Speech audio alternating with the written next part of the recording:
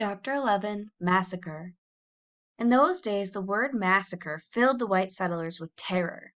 Only 2 years before, the Indians of Minnesota had killed 1,000 white people, burning their houses and destroying their crops. The town of New Ulm had almost been entirely destroyed. Other small uprisings throughout the Northwest flared up from time to time, and only a breath of rumor was needed to throw the settlers of Wisconsin into a panic of apprehension. The Indians are coming! The Indians are coming!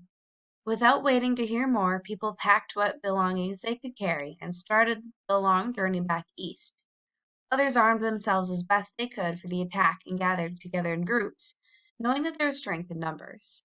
Sometimes, leaving the women and children at home, the men went out to attack the Indians, preferring to strike first rather than be scalped in their beds later. The fear spread like a disease, nourished on rumors and race hatred. For many years now, the whites had lived at peace with the Indians of western Wisconsin, but so great was this disease of fear that even a tavern rumor could spread it like an epidemic throughout the country. By daybreak the next morning, people began arriving at the Woodlawn farm from all directions. They came bringing what food and bedding they could carry. They did not know how soon they would dare return to their homes, nor whether they would find anything but a heap of charred sticks when they did return. Of course, school was not to be thought of, and, in spite of the general fear, the children were delighted with the unexpected holiday. With shouts of joy, the young Woodlawns greeted Maggie and Silas Bunn, Jane and Sam Flusher, and Lida Silvernagle. Katy and her mother came too. Katy's eyes were round with alarm, and she kept close in the shadow of her mother's hoop skirt. Both of them were quiet, asking nothing but protection. The other children played I Spy around the barn and farmyard, their pleasure keenly edged by the nearness of danger. An exciting game became much more exciting when, on coming out of hiding, one felt that he might find himself face to face with a redskin instead of tow-headed Maggie or gentle Sam. Mrs. Woodlawn was in her element. She loved a gathering of people, and one of her great griefs in Wisconsin was that she saw so few outside her own family.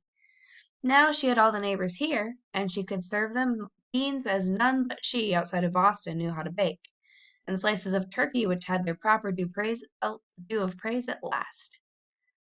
Happy in the necessity of the moment, she did not let her mind dwell on the danger from the Indians. Clara worked beside her mother, her thin cheeks red with excitement, her capable hands doing as much as a woman's. Caddie helped too, but after she had broken a dish and spilled applesauce all over the kitchen floor, her mother told her that she had better run and play, and Caddie ran. Flinging her arms over her head, she let out an Indian war whoop that set the whole farm in an uproar for a moment. Women screamed, men ran for guns. "Ah, it's only Caddie," Tom said, "letting off steam." "Put a clothespin on her mouth," suggested Warren. But Caddie did not need a clothespin now. The men with their guns looked too grim to risk another war whoop on them. The day wore slowly on, and nothing unusual happened. The children tired of their games and sat together in the barn, huddled in the hay for warmth, talking together in low voices. "You 'member the time the sun got dark? Eclipse, Father called it, and we were so scared. We thought the world had come to an end, and we fell down on our faces. You 'member? Yeah, we saw a bear in a tree that day too, remember? Golly, do you think the Indians'll come tonight? Maybe they will. I don't dast to sleep." Their voices trailed off lower and lower, almost to whispers. The night came, gray and quiet, slipping uneventfully into darkness. The February air had a hint of spring in it. Would the promise of spring ever be fulfilled for them, or would the Indians come? Mr. Woodlawn's calm voice sounded among the excited people. "I believe that we are safe," he said. "I trust our Indians." Caddie's heart felt warm and secure again when she heard him speak. Tom and Robert Ireton went among the people too, repeating father's words. But others were not so easily reassured. "It's well enough for you to talk, Robert Ireton," cried one of the women who was holding a baby wrapped in her shawl. "If the Indians come, you young men can get away in a hurry. You haven't any children or stock or goods to hold you back."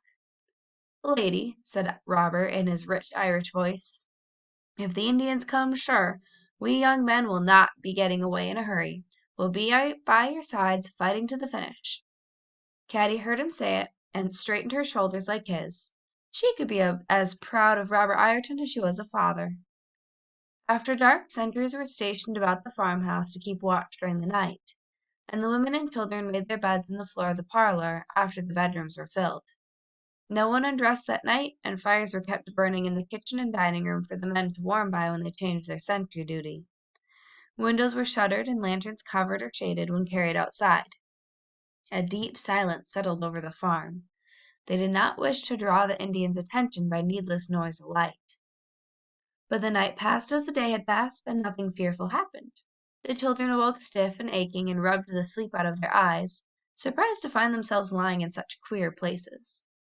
Caddie had given her bed to old Grandma Culver, and she was as stiff and tired as any of them. But the good cows had not been frightened out of giving their milk, and Robert Ireton, humming a tune, brought in 2 foaming buckets of it for the children to eat with the big bowls of meal mush which Mother and Mrs. Conroy ladled out of a great iron pot. The stiffness and queerness vanished like magic with the comfort of hot mush and milk, even if one did have to stand up to eat it. But the second day was worse than the first. People were restless and undecided. Should they go home or should they stay on? The food supplies they had brought with them were giving out. They could not let the Woodlawns exhaust all of their supplies in feeding them. Yet the redskins might only be awaiting the moment when they should scatter again to their homes to begin the attack. It was a gray, dark day, not designed to lift anybody's spirits. A fine mist, almost but not quite like rain, hung in the air and curtained all horizons in obscurity. The women and little children, crowded into the farmhouse, were restless and tired of confinement. The men paced back and forth in the farmyard, or stopped in groups beneath the 4 pine trees that sheltered the front of the house, and which Father had named for Clara, Tom, Caddie, and Warren. The men polished and cleaned and oiled their guns, smoked their pipes, and spat into the mud which their boots had turned into the tidy dooryard. Everyone felt that the strain of waiting had become almost unbearable. In the late afternoon, a few of the men went to get more supplies. Tom, Warren, and Father went with them. The others watched them go, fearful and yet somehow relieved to see any stir of life along the road. Caddie felt the strain of waiting too, and she was impatient with the people who had no faith in the Indians. The Indians had not yet come to kill. Why should they come at all? Indian John had never been anything but a friend. Why should he turn against them now? Why should his people wish to kill hers? It was against all reason. Good John, who had brought her so many gifts. Why should not everyone go home now and forget this ugly rumor which had started in the tavern? Caddie, said Mrs. Woodlawn, go fetch me a basket of turnips from the cellar, please. Caddie slipped on her coat, took up the basket, and went outside where the cellar door sloped back against the ground at the side of the house. She had to brush by a group of men to get into the cellar. They were talking earnestly together, their faces dark with anger and excitement. It is plagued irksome to wait, one of them was saying as Caddie brushed past. She went into the cellar and filled her basket. Yes, it is irksome to wait, she said to herself, but I don't know what they mean to do about it. They'd be sorry enough if the Indians came. But what they meant to do about it was suddenly plain to her as she came up the stairs again with the turnips. The thing to do was to attack the Indians first, one man was saying. It was the man Kent, who had ridden out on the first night to spread the alarm. Caddie stopped still in her tracks, listening unashamed. Yes, said a second man. Before they come for us, let us strike hard. I know where John and his Indians are camped up the river. Let's wipe them out. The country would be better off without them, and then we could sleep peacefully in our beds at night. But the rumor came from farther west. Killing John's tribe would not destroy the danger, objected a third man. It would be a beginning. If we kill or drive these Indians out, it will be a warning to the others that we deal hard with redskins here. Caddie set her basket down upon the stair. It suddenly seemed too heavy for her to hold. Massacre! Were the whites to massacre the Indians then? A sick feeling swept across her heart. Surely this was worse than the other. As if her thought had occurred to the first speaker, but in a more agreeable light, he said, let them say the men of Dunville massacre the Indians, instead of waiting to be massacred. Woodlawn will be against it, said the more cautious third man. Woodlawn puts too much faith in the Indians. If we can get enough men to our way of thinking, we need not consult Woodlawn. I don't believe in caution when our lives are in danger. Wipe the Indians out is what I say. Don't wait for them to come and scalp us. Are you with me? White and trembling, Caddie slipped past them. The men paid no attention to the little girl who had left her basket of turnips standing on the cellar steps. They went on talking angrily among themselves, enjoying the sound of their boastful words. Caddie went to the barn and into the stalls. There she hesitated for a moment. Pete was faster than Betsy, but he was not so trustworthy. When he didn't want to go, he would run under a shed or low branch and scrape off his rider. Nothing must delay her today. Caddie slipped a bridle over Betsy's head. She was trembling all over. There was something she must do now, and she was afraid. She must warn John and his Indians. She was certain in her heart that they meant the whites no harm, and the whites were going to kill them. Good John, who had given her the little calico and buckskin doll with its coarse horsehair braids. Oh, for Tom and Warren now! But they were gone with the men for supplies. Oh, for Father, who was always so wise and brave! But she could not wait for him to come back to tell him what he would never believe about his neighbors unless he had heard it himself. There was no use going to Mother or Clara. They would only cry out in alarm and forbid her to go. And since Father and the boys were not here, she felt that she must go. She knew as well as Kent where Indian John and his tribe had built their winter huts of bark. Fortunately, for the moment, the barn was deserted.